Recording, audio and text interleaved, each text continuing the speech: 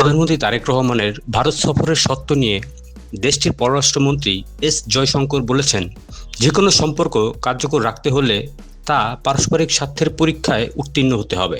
দিল্লিতে economic time world's লিডারের ফোরামে তিনি এমন মন্তব্য করেন।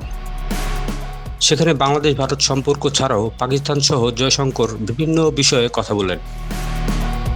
বাংলাদেশের বিষয়ে সাংবাদিকদের প্রশ্নে এস জয়শঙ্কর সরাসরি কোনো উত্তর দেননি।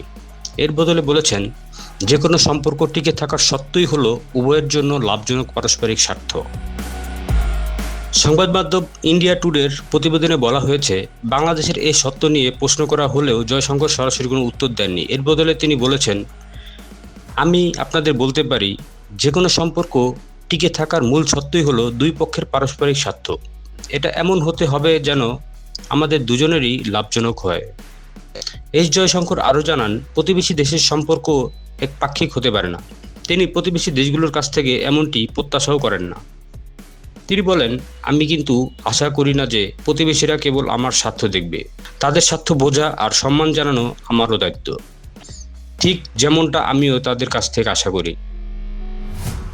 তিনি আরও বলেন, যখন এই পারস্পরিক মেলবন্ধন বা একমত হওয়ার জায়গাটা তৈরি হয়, তখনই সম্পর্কগুলো সুন্দরভাবে এগিয়ে চলে। যে কোনো সম্পর্কের মূল ভিত্তি হলো পারস্পরিক স্বার্থের মেলবন্ধন।